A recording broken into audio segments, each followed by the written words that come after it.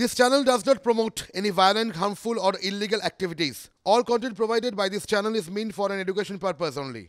বাংলা এখন চর্চায় একজনই, বিচারপতি অভিজিৎ গঙ্গোপাধ্যায়। আজ ইস্তফা দেবেন, করবেন সাংবাদিক বৈঠকও। তবে তার আগে মুখ খুললেন টিভি9 বাংলায় এক্সক্লুসিভ সাক্ষাৎকারে। জানালেন কেন ইস্তফার সিদ্ধান্ত, কি বলছেন বিচারপতি। বহু মানুষ আছেন অসহায় মানুষ, এবং অসহায় মানুষের মধ্যে অনেকে আছেন শিক্ষিত মানুষ, কিন্তু যেহেতু আইনি প্যাঁচ পয়জার তারা বোঝেন না, সেই জন্যও তারা ব্যাপারটা মেনে নিয়ে চুপ করে বসে আছেন বা ভাবছেন কি করব। তারাও কিন্তু এই দিক দিয়ে খানিকটা অসহায়।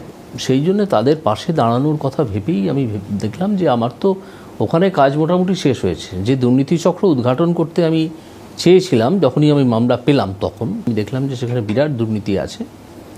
তখন আমি দুর্নীতির বিরুদ্ধে একটা অভিযান চালালাম, এবং সেই অভিযান চালাতে গিয়ে সে তো শিক্ষা দুর্নীতি দুটো স্তরে, প্রাথমিক এবং মাধ্যমিক দুটো স্তরে বেরোলো।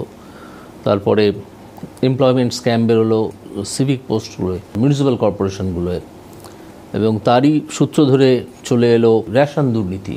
তারপর আস্তে আস্তে ডিটারমিনেশন চেঞ্জ হলো।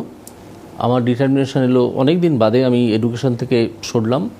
আমার ডিটারমিনেশন এলো লেবার ল, শ্রম আইন।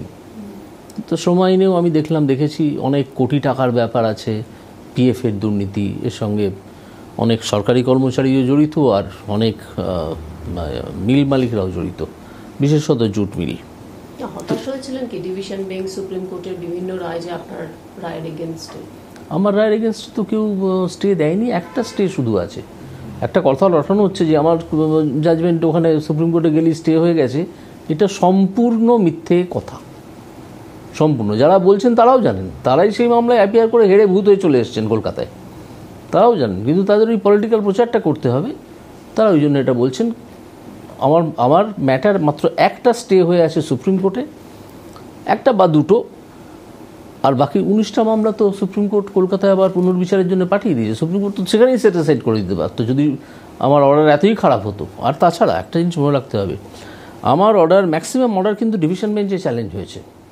ডিভিশন বেঞ্চ আপেল করেছে আমার অর্ডার, তারপর তারা সুপ্রিম কোর্টে গেছে। আশ্চর্য ছিল যে রাজ্য সরকার এরকম অনেক মামলা সুপ্রিম কোর্টে করতে শুরু করে দিয়েছিল। রাজ্য সরকার যে কেন দুর্নীতিকে এত ঢাকতে চাইছিল সে আমরা সকলেই জানি এবং বুঝি। না করলেই ভালো হতো, কিন্তু করেছে। শ্রাবন্তী শাহ রয়েছেন আমাদের সঙ্গে, আমাদের সহকর্মী। শ্রাবন্তী, আমরা শুনলাম বিচারপতি গঙ্গোপাধ্যায়ের বক্তব্য, যদিও বিচারপতি হিসেবে তিনি আজকে ইস্তফা দিচ্ছেন। এর আগে আমরা দেখেছিলাম তৃণমূলের তরফ থেকে কল্যাণ বন্দ্যোপাধ্যায়, তারা বারবার বলেছেন যে বিচারপতি গঙ্গোপাধ্যায় পক্ষপাত দুষ্ট, এটা আবারও একবার প্রমাণিত হলো। কিন্তু তিনি স্পষ্ট করলেন কেন তিনি তার স্টেপটা ঠিক কি, এরপর জল্পনা একটা জিয়ে রেখেছেন। আজকে ঠিক কি হতে চলেছে শ্রাবন্তী আদালতে?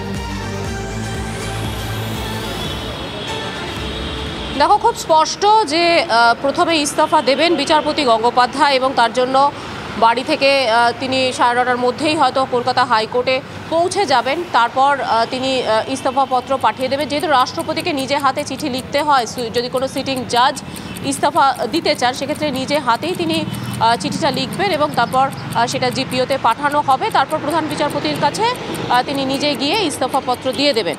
তারপর যেটা মনে করা হচ্ছে যে আগামীকাল অত্যন্ত গুরুত্বপূর্ণ দিন, আগামীকালই তিনি জয়েন করতে পারেন। একটি রাজনৈতিক দলের কথা বলা হচ্ছে, যেরকমটা আমরা সূত্র মারফত জানতে পারছি, বিজেপিতে জয়েন করবেন তিনি। তমলুক আসনের প্রার্থী হতে পারেন তিনি, এবং আগামীকাল তিনি তার বাড়ি থেকে সরাসরি একেবারে মঞ্চে গিয়েও যোগদান, এই সম্ভাবনাও একেবারে উড়িয়ে দেওয়া যাচ্ছে না। সর্বোপরি কোয়েল দেখতে হবে, নিঃসন্দেহে তিনি যদি রাজনীতিতে জয়েন করেন তাহলে এই লোকসভা নির্বাচনে দাঁড়াবেন। কিন্তু আদতে যেটা বারবার বিভিন্ন মহল থেকে প্রশ্ন উঠছে, সত্যিই কি দুর্নীতির জন্য কতখানি স্বচ্ছ লড়াই সামনে আনতে পারেন, বা বিচারপতি হিসেবে যতটা দৃষ্টান্তমূলক বিভিন্ন বিচার তিনি সামনে এনেছিলেন, আদতে রাজনীতিবিদ হয়েও সেটা তিনি পারেন কিনা সেটাই এখন দেখা। বেশ নজর থাকবে আমাদের সঙ্গে, থাকো শ্রাবন্তী। মমতা বন্দ্যোপাধ্যায় সরল দায়িত্বশীল রাজনীতিবিদ। টিভি9 বাংলাকে দেওয়া এক্সক্লুসিভ সাক্ষাৎকারে মুখ্যমন্ত্রীর প্রশংসার বিচারপতি অভিজিৎ গঙ্গোপাধ্যায়ের। মমতাকে সিজন পলিটিশিয়ান বললেন তিনি, মুখে বলতে চাইলেন না অভিষেক বন্দ্যোপাধ্যায়ের নাম। 17ই জুলাই 2023 আপনি এজলাসে বসে বলেছিলেন মমতা বন্দ্যোপাধ্যায় অত্যন্ত সরল এবং তিনি দায়িত্বশীল রাজনীতিবিদ। এখনও কি আপনি সেটাই বিশ্বাস করেন? আমি বিশ্বাস করি যে মমতা বন্দ্যোপাধ্যায় সত্যিকারের একজন সরল মহিলা, দায়িত্বশীল রাজনীতিবিদ এবং পুরনো রাজনীতিবিদ, যিনি ব্যক্তিগত আক্রমণকে গ্রাহ্য না করে বিরোধিতা চালিয়ে গেছেন। যখন সব বীরপুঙ্গবরা কংগ্রেসের পালিয়েছে তখন মমতা বন্দ্যোপাধ্যায় নিজে মাথায় লাঠি খেয়েছেন, মৃত্যুর মুখ থেকে ফিরে এসছেন। অনেকবার তাকে চুল ধরে টেনে বার করে দেওয়া হয়েছে। বাংলার নারী সমাজ গর্জে উঠেছিল, ভোটের বাক্সে গর্জন করেছে মমতা বন্দ্যোপাধ্যায়ের এই হেনস্থা দেখে। মমতা বন্দ্যোপাধ্যায় একজন সিজনড পলিটিশিয়ান। সরল যেটা বলছে হচ্ছে তিনি তার ব্যক্তিগত জীবনে অত্যন্ত সরল। আমি মমতা বন্দ্যোপাধ্যায়কে খুব শ্রদ্ধা করি। মমতা বন্দ্যোপাধ্যায়কে আমি তো কখনো আক্রমণ করি না। আমি একটু আগেই বললাম, একটা নাম আমি শুনতেও চাই না, উচ্চারণ করতেও চাই না, কারণ তাকে আমি কোনো পলিটিশিয়ান বলে মনেই করি না, যদিও তিনি মমতা বন্দ্যোপাধ্যায়ের সঙ্গে রিলেটেড। তাহলে লোকসভা নির্বাচনে আপনি মমতা বন্দ্যোপাধ্যায়ের এগেনস্টে কিছু বলবেন না? পলিটিক্যালি বলার আছে, বলবো। যদি সেই নির্বাচনে আমি দাঁড়াই, যদি দাঁড়ানোর প্রশ্ন ওঠে আদৌ, তখন আমি বলবো। পরে খবর দিয়ে আপনাদের, ফের তৃণমূলের আবেদন বাতিল। রেলের ব্রিগেড সমাবেশের জন্য বিশেষ ট্রেনের আবেদন খারিজ। উত্তর পূর্ব রেলওয়ের বিজেপির বিরুদ্ধে ষড়যন্ত্রের অভিযোগ তুলে এক্স হ্যান্ডেলে সরব হয়েছে তৃণমূল।